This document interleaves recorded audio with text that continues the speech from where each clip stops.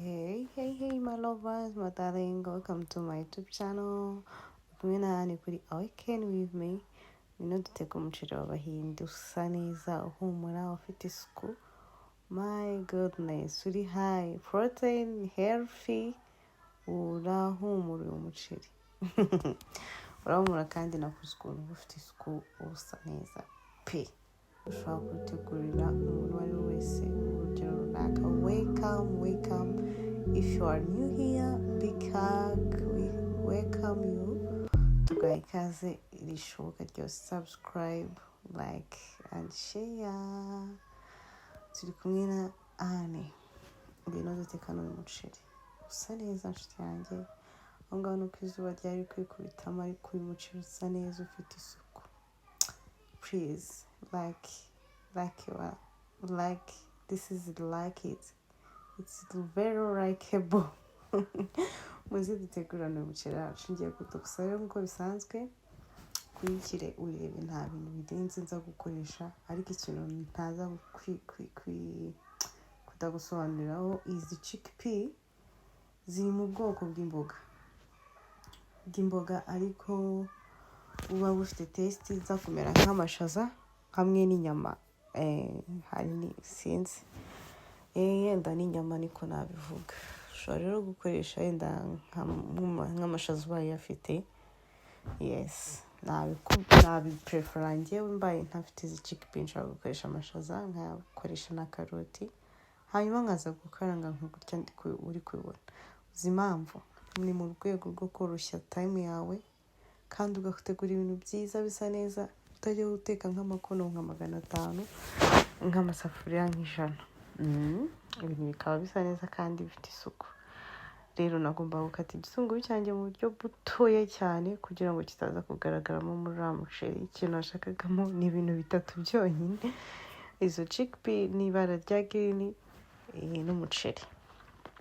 Nza no gukoreshamo tungurusumu zanjye, uri kubibona ko nzifite hafi yanjye.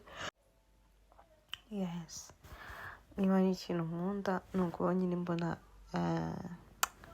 ibiryo biri presentable bisa neza. Nkunda gutegura ameza, that's why uzambona ngaho buri kenshi niho uzanyisangamo. So kandi ibifite intungamubiri bitari ibyo kurya gusa ariko biza kugira ikintu bikora mu mubiri. In short, umuceri ntabwo ari mwiza cyane kuba wawurya buri munsi, ariko isi depend n'uburyo wawuteguye. So uyu munsi rero nagerageje gukoresha izi chickpea ziri mu bwoko bwa hydrate food, carbohydrate. So ni ibiryo bishobora nko gufasha umuntu, bitari bugire ingaruka mbi nko mu mubiri, bigeramo bifite intungamubiri ari yose, byubaka umubiri, bitawuzamura ku rwego rwo hejuru ngo bitere bya bibazo bigiye bitandukanye biva ku mirire yacu, ariko no mu rwego rwo gukontorora our health, mu buryo bwo gukontorora intungamubiri zacu dushyira mu mubiri, ziba zingana zifite iki, zimaze iki, n'iki kijya gukora mu mubiri. Ngiyo rero nagombaga kukaranga, nkakaranga biriya bitunguru. Urakurikira ukuntu nabigenjeje, nta birenze birimo. Ikintu ntaza none kwibagirwa ntagenda nabuze, nshuti yanjye, nuza kubigira uze kureka zazireke zibanze zisi nkaho ziba brown ho gatoya, zibe brown gakeya. Ubutaha rero ushobora nko gukoresha masara ubaye uyifite, ariko utanayifite it's okay. Njye ntabwo nashaka kuyikoresha. Ubaye utanayifite it's okay. Yes, it's very healthy and very delicious, you guys. Uraza kureba byo nyine no kureba ukwawo usa neza kandi urahumura pe, urahumura bisa neza, biryoshye bikaze. Nagombaga rero no gushyiramo agatungurusumu. Reka dukomeze dukurikire turebe uko ibintu bimeze.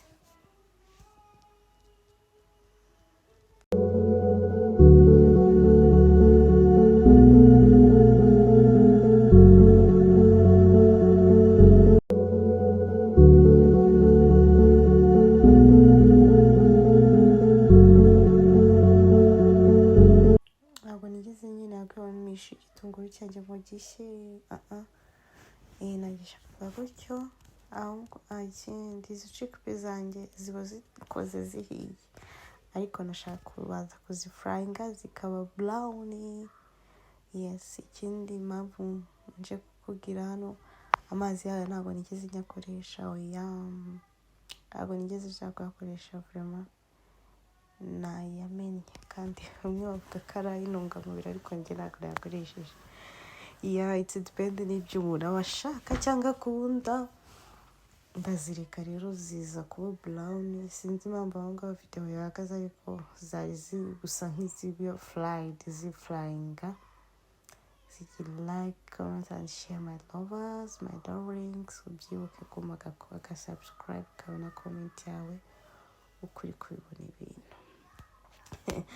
Ndi kureba hano nkabona bijya gusa nk'ibishyimbo, ariko ntabwo ari nk'ibishyimbo. Izi chickpeas zisa brown, zijya kumera nka shokora mo gato, not shokora, ariko ni ntabwo bizi kuri iki jagadara gikoresha aho ngaho. Yes, ngo kore ukuntu byasaga, kugira ngo se biragoye, wapi, ibintu bisanzwe biri aho ngaho, bisanzwe. Yes. Uyu muco uzawugerageza uwutegure, wawutegura abantu bawe, wawutegura abashyitsi, wawutegura mu birori runaka, umva abantu baziruma pe, bazawukunda. Ushobora no kuba wakoresheje amaspice ku bantu bayemera, noneho ukaza kuvangamo izi chickpea. Uko nguko rero nari ndi gusa nk'uhindura, ntabwo izo zigeze zisa nkaho ziponyoka ngo zishwanyagare, wapi, ziba zifite umwimerere wagakomeye. At the end rero nagombaga kumixingamo, nkashyiramo twa green pepper twanjye. Umva, ndagusaba ngo ufite hano seleri, uzazishyiremo, biba bihumura, nanone bizongera umuhumuro kandi bikaba bisa neza. Uzazishyiremo na nyinshi cyane, njye aho ngaho ntabwo nari nzifite, ariko na pavuro, mva ndacyari kubyumva nkumva birahumura. Na pavuro ni nziza, mva dore nkurangiye akantu, unera akantu, ubita akantu, ngiyo result yanjye ukuntu wa muceri wanjye wasaga. Wow. Thank you for watching. Ushaka gukoresha isosi runaka ushaka, ubaye uyifite nabyo ni byiza. Thank you ku bantu bakunda umuceri, noneho ndabizi ko hari abawuriraho. Barahari pe, enjoying it, enjoy. Muzansure mwabakirize nimubikunda. Thank you, mugire umunsi mwiza, ndabakunda.